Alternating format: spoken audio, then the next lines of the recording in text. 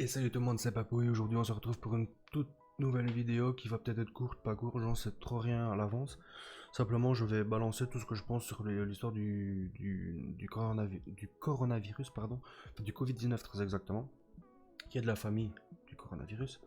Alors on l'appelle, enfin c'est le coronavirus, pourquoi? Parce que c'est une couronne, hein, vous le voyez affiché maintenant actuellement, avec toute sa petite couronne représentée en rouge. Voilà, c'est simplement pour ça qu'on l'appelle comme ça. Je voudrais simplement partager avec vous mon avis sur certains points face à tout ça, parce que beaucoup disent de la merde, euh, énormément n'en disent pas, hein. Je pense par exemple à Y penser, Dr Nozman, tout ça, je pense que c'est des gens qu'on peut quand même assez prendre au sérieux. Ce sont certes des youtubeurs, ok. Alors, comme ils font de la vulgarisation scientifique, ce serait con qu'ils fassent pas une vidéo sur ce sujet-là, parce que c'est vraiment le truc qui va leur ramener un maximum de vues. C'est normal qu'ils le fassent, mais en même temps, de par justement leur carrière de youtubeurs, etc., qui font à fond dans le scientifique, ils ont déjà quelques connaissances, ça c'est un fait. Ils ont aussi quelques pistes, quelques personnes à qui ils peuvent s'adresser pour avoir énormément de réponses à leurs questions. Je vous mettrai leur chaîne dans la description, comme ça, si ça vous intéresse, eh bien vous pourrez aller voir quelques vidéos qu'ils ont fait qui sont vraiment pas mal. Ensuite, moi je vais plutôt vous parler des petits sujets sur le côté par rapport au Covid-19, à savoir par exemple les mesures que le gouvernement attend qu'on suive. Les mesures c'est quoi? Éviter d'être en contact avec les personnes à risque. Les personnes à risque, c'est quoi?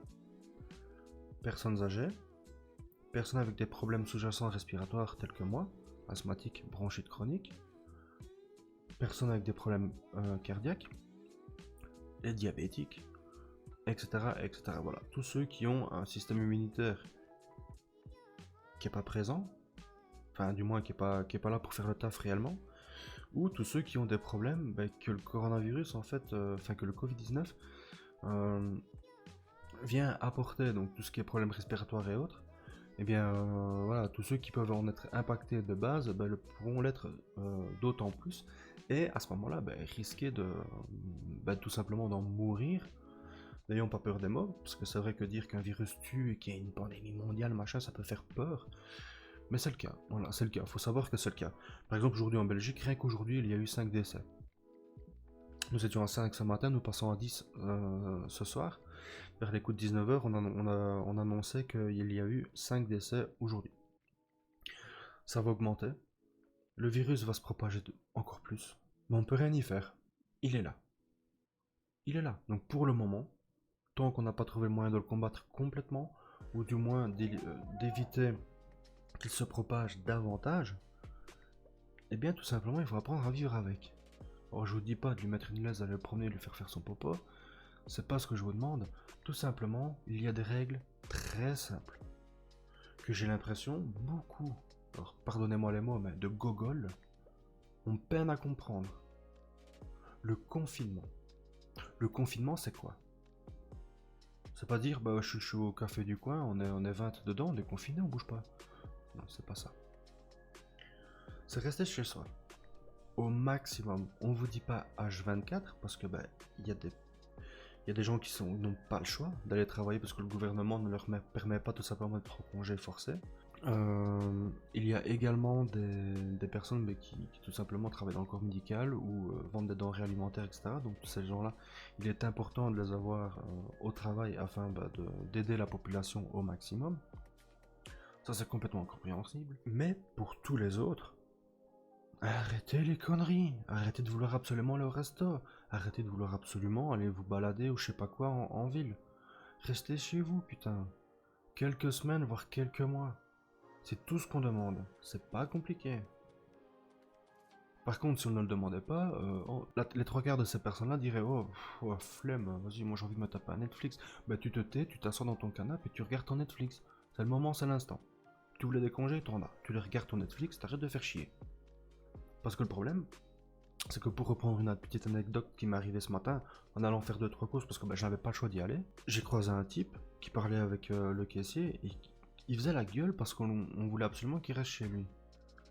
Ah, c'est de la connerie, c'est qu'une grippe, machin, machin. Oui, pour toi qui es en très bonne santé, ça peut être qu'une grippe.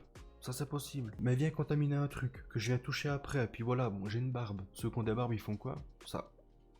Le soir, je porte des lunettes pour jouer. Comme tous ceux qui portent des lunettes, on fait quoi? Ça. On les remet, machin, puis on se fait un truc comme ça, le nez qui chatouille, hop. Voilà. Boum, j'ai amené le virus. Pris de mes voies respiratoires, foutu. Potentiellement, je suis foutu. Tout ça pourquoi? Parce qu'il y a un gros con qui, lui, s'est cru en bonne santé. Et au-dessus de la maladie, bah, se dit, bah, moi, je m'en fous des règles, je suis au-dessus des lois, je suis au-dessus de la maladie, moi, je fais ma vie. Eh ben non. C'est le seul moment, comme l'a très bien dit Skyrose, je prends pas lui pour dire c'est mon pote, je sais pas quoi, non, simplement c'est parce que voilà, je le suis sur Twitter et donc j'ai vu son tweet et j'ai trouvé ça très bien tourné. C'est le seul moment dans votre vie où vous avez possibilité de sauver des vies en pyjama. Bah c'est pas faux. Ça paraît con, mais c'est pas faux. Donc arrêtez un petit peu de vouloir faire les héros et de vous croire des Superman ou je sais pas quoi, non. C'est pas parce que vous êtes chez vous que vous êtes faible, simplement, en restant chez vous, potentiellement vous n'allez pas infecter d'autres personnes. Parce que si cette personne, par exemple, que j'ai eu en face de moi ce matin, a contaminé quelque chose, hop, je touche, machin, je vous refais pas la scène, je me contamine moi-même. À la maison, j'ai une femme et un enfant en bas âge. Cet enfant en bas âge, ma fille, a potentiellement des problèmes aussi qui seront liés à sa respiration, qui vont peut-être apparaître plus tard. Je lui souhaite qu'ils apparaissent jamais. Mais voilà, bon, l'asthme, je le tiens de mon père, qui lui-même l'a tenu de ses aînés, et voilà, je l'ai moi à mon tour. Il est fort probable que je transmette toutes ces saloperies à ma fille. J'ai pas envie de risquer sa vie parce que un gogol s'est pris pour Superman en allant acheter du pain. Non. D'autant plus que je vais, admettons, contaminer ma compagne. Me voyant pas bien, celle-ci va décider d'aller elle-même acheter un pain. On parle de la règle du 1 pour 3. Elle va aller acheter son pain, potentiellement elle va contaminer 3 personnes. Dans ces 3 personnes, une va être symptomatique, donc va rester chez elle en confinement. Les 2 autres, ça va bien se passer. Ils vont tomber à court de vivre ou de n'importe quoi. Pour une raison X ou Y, une des 2 autres personnes doit quitter le domicile et aller au magasin ou là où il y a du monde. Si elle n'a pas le Covid-19 en elle, bah voilà, il se passe rien. Si malheureusement elle l'a, là, elle pourrait contaminer de nouveau 3 personnes. Et c'est comme ça qu'on propage une épidémie. C'est comme ça qu'on propage un virus bêtement. Bêtement. Alors que le virus, c'est un faible. C'est pas un virus... c'est pas une kryptonite le truc. Juste vous désinfectez les mains pour déshydrater sa couronne et donc l'affaiblir et machin, et puis à la fin, bah, il crève. Ou simplement vous vous lavez les mains à l'eau savonneuse. Et on n'en parle plus de ce virus. Vous gardez vos distances. Vous vous lavez régulièrement les mains. On parle de toutes les heures, mais même si c'est toutes les 2 heures. Régulièrement, ce sera déjà pas mal. Tousser, vous le faites dans votre coude ou dans un mouchoir que vous jetez. Tout le monde vous l'a déjà dit. Mais je le répète. Ce sont des gestes très simples, mais qui peuvent potentiellement... Alors je dis pas de sauver une vie, non pas comme quelqu'un qui va faire un massage cardiaque, mais en tout cas vous n'allez pas mettre la vie d'un autre en péril. Et ça, je pense que c'est déjà quelque chose d'assez bien. Alors vous n'aurez peut-être pas tous les honneurs, on va peut-être pas vous faire une médaille, hein, bah, c'est même certainement qu'on vous fera pas de médaille. Mais je veux dire, pour des simples petits gestes au quotidien que vous pouvez mettre en place, et juste en restant chez vous au maximum de vos possibilités, ben vous pouvez ne pas contaminer d'autres personnes qui, eux, peuvent potentiellement avoir de gros soucis de santé derrière. Donc je pense c'est à ce moment-là qu'il faut réfléchir un petit peu, et se conscientiser, et arrêter de faire le gogol. Je pense que ça pourrait être pas mal. Parce qu'ici, en Belgique, on a dépassé, donc aujourd'hui, les cas, on prend plus ou moins 160 cas par jour. Bon, pour notre pays, bon, pour comparer à d'autres, c'est pas beaucoup, mais pour notre pays, je rappelle que c'est quand même assez important, parce que on n'a que 10 millions, je crois que c'est plus ou moins hein, la population de Paris. Donc voilà, si vous mettez tout à échelle égale, bah ça fait quand même un sacré paquet de monde qui se fait contaminer tous les jours. parmi ces personnes-là, il y en a ceux qui vont le vivre comme une grippe lambda, tant mieux. Et d'autres, qui vont vraiment très mal le vivre parce qu'ils vont être très impactés au niveau de leur respiration et autres. Aussi, ce que je trouve assez intéressant, c'est la priorité des gens face au stock qu'ils font. Déjà, du stock, il n'y a pas besoin d'en faire. Il y en a masse dans les entrepôts, donc il faut arrêter de penser qu'on est en pleine guerre maintenant et qu'il faut absolument avoir 500 kilos de pâtes ou je sais pas quoi. C'est des conneries. Mais ce que je vois dans les caddies, c'est pas vraiment des caddies de pâtes et autres. Bon, il y en a, hein. Ou des énormes stocks d'eau que les gens achètent spontanément comme ça. Non, c'est du PQ. Pourquoi du PQ? Parce que je pense que c'est des problèmes respiratoires qui donnent le Covid-19. Pas une diarrhée, hein. Enfin, à moins que je me trompe, mais en tout cas, enfin, moi j'ai encore jamais chié par la bouche, donc je pense que, à la limite, s'il voudrait prendre 3-4 boîtes de mouchoirs jetables, bon, je peux comprendre, ça fait partie des règles qu'on essaye d'adopter tout le monde. Mais du PQ. Pourquoi? J'ai vu des gens, véritablement, commander en ligne et se faire livrer devant moi, dans un night and day, dans un petit magasin de proximité qui reçoit des colis. Des stocks énormes de PQ en colis, machin. Non, mais s'il vous plaît, faut arrêter le délire. Le PQ, je vois pas, en stock comme ça, je vois pas à quoi il sert. Bref, voilà, ça leur fait plaisir, bon, c'est une chose. Je veux juste réagir sur le fait que je trouve ça complètement ahurissant. Je sais pas, tout le délire qui est autour du PQ en ce moment. Alors, le saint PQ, peut-être, je sais pas, hein. Mais moi, personnellement, je vois pas vraiment en quoi il est primordial d'avoir 300 rouleaux de PQ dans sa cave. Je pense pas que vous en aurez besoin. Et quand l'épidémie sera partie, du moins maîtrisée, vous serez comme des cons avec vos 300 rouleaux de PQ toujours là-bas en dessous, à ne pas savoir qu'en faire. Également, tous ceux qui achètent énormément de stock de gel hydroalcoolique, tout ça, tout des masques, si vous restez chez vous, bon, le gel, il peut aller à la rigueur servir un peu, bon, déjà pour vous calmer moralement. Également, tout simplement, si voilà, vous êtes amené à devoir absolument faire une course en extérieur ou quoi, ben voilà, prenez votre petit gel avec vous, hein. Quand vous touchez des trucs un peu à risque comme ça que certains peuvent avoir touché en étant contaminés, un petit coup de gel, ça fait pas de mal. Quand vous rentrez chez vous, il est important, le petit coup de gel, se laver les mains à l'eau savonneuse, etc., etc. Moi-même, j'ai été faire un examen médical ce matin, dans un hôpital qui est très à risque en ce moment. Je suis rentré chez moi, mes vêtements à la lessive, j'ai pris une bonne douche, je me suis désinfecté les mains correctement, avant de rentrer en contact avec ma fille ou ma femme. Voilà, c'est juste un état de conscience qu'il faut adopter et se dire que c'est pas dramatique, on n'a pas l'air d'un con parce qu'on se prend une douche supplémentaire ou parce que si, parce que... Non, simplement, on essaye, à notre échelle, de faire un petit quelque chose pour ne pas foutre trop la merde. Je pense qu'il y a quelque chose qui pourrait éventuellement influencer dans tout ça, c'est le fait que, d'après plusieurs sources, alors une source à moi, mais également d'autres, le gouvernement ne dit pas tout. Certes, je peux comprendre, pour éviter un état de panique, bien que quand je vois les comportements de certains comme des animaux dans les magasins, je pense qu'il est déjà trop présent, l'état de panique. Mais peut-être que si le gouvernement était pas forcément à 100% transparent, mais voilà, à moindre échelle, mais était transparent en tout cas au maximum, peut-être que les gens se rendraient compte à quel point, oui, c'est quand même un virus qu'il faut pas prendre trop à la légère. Parce que certes, les 3 quarts vont vivre comme une grippe, moi je l'ai déjà dit, mais d'autres, ça va moins bien se passer.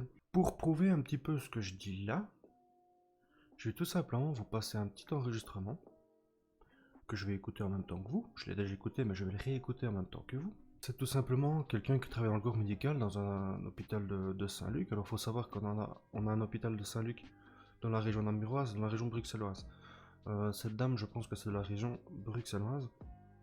Parce que je me suis un peu renseigné derrière, j'ai posé quelques questions à quelques personnes, et on m'a dit que le mari d'une collègue, une personne que je connais, est pneumologue là-bas, il affirme bien que le gouvernement ne dit pas tout, parce que lui-même, quand il fait le recensement des cas et des problèmes qu'il y a au sein de son hôpital, de son service, c'est déjà au-dessus de ce que le gouvernement dit et prend en compte.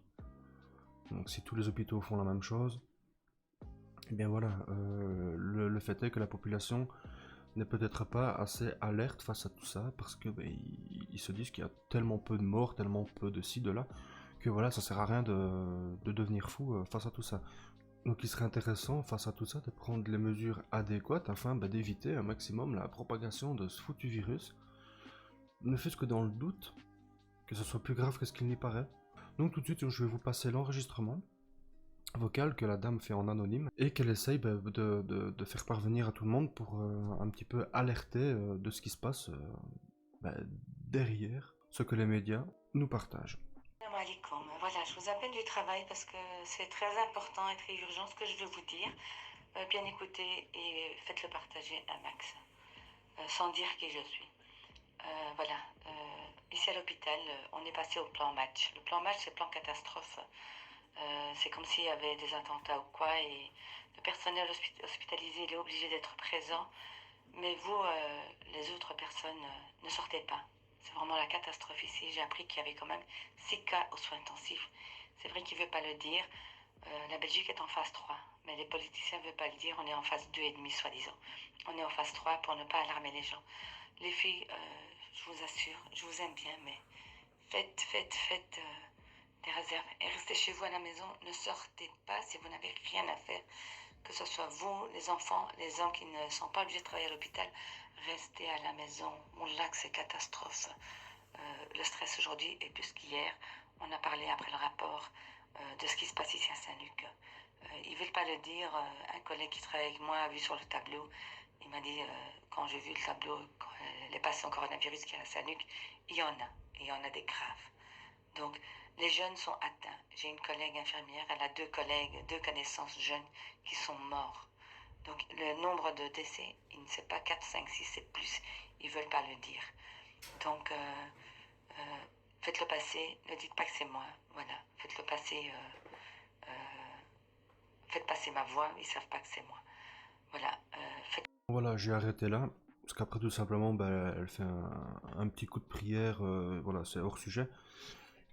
Parce que c'est une personne qui est très pratiquante et donc voilà, en résumé, elle nous souhaite de nous sortir de tout ça. Donc comme elle l'a dit, il y a des jeunes qui sont touchés. Alors aux médias on dit oh non, il n'y a que les vieux ou ceux qui ont des problèmes, tout ça, mais non, il n'y a pas que, il n'y a pas que. Parce que les 2 personnes qui eux ont été touchées, ce sont des personnes de 18 ans, qui étaient en pleine santé. Il y a également sur Facebook quelqu'un qui témoigne, une dame. Je n'ai plus son nom en tête, je vais essayer de vous retrouver l'article et je vous le mettrai en description et si j'y pense en petite vignette au-dessus, qui a 31 ans, voilà, tout se passait bien pour elle, jusqu'au jour où voilà, elle se fait infecter par ce fameux virus, et maintenant sa vie s'en retrouve impactée, mais de fou, impactée de fou. Donc pour tout ça, pour résumer toute cette foutue histoire, voilà, de 1, on sait pas tout, de 2, on fait des stocks débiles, de 3, on agit comme des cons. Qu'est-ce qu'on peut faire à ça? Tout savoir. Voilà, à part moi vous partagez une preuve, comment que vous entendez bien que c'est pas moi qui l'ai enregistré ou pas.